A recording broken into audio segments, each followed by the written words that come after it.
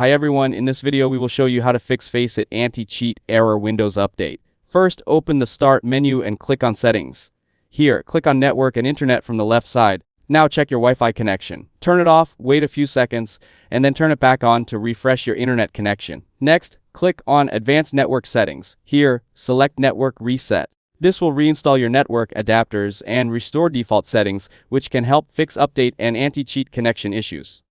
After that, click on Windows Update from the left side, then click on Check for Updates and install all available updates. Faceit Anti-Cheat requires the latest Windows updates to function properly. Now go back to the desktop and open the Run dialog box. Type temp and click OK. Now select all files in the folder and delete them to clear temporary system cache that may interfere with updates or anti-cheat services. Then go back and open Run again, type %temp% and press Enter. Again, delete all files in this folder to remove leftover cache system data. Next, open the Recycle bin and click Empty Recycle bin to fully remove junk files from your system. Now open Google Chrome. Click on the three dots from the top right corner. Then click on Settings. Go to Privacy and Security. Now click on Delete Browsing Data.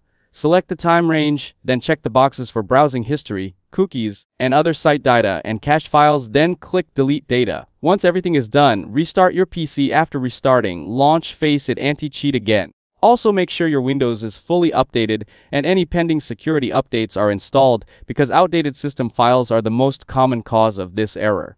If this video helped you out, don't forget to leave a like and subscribe to the channel. Thanks for watching, and I'll see you in the next one.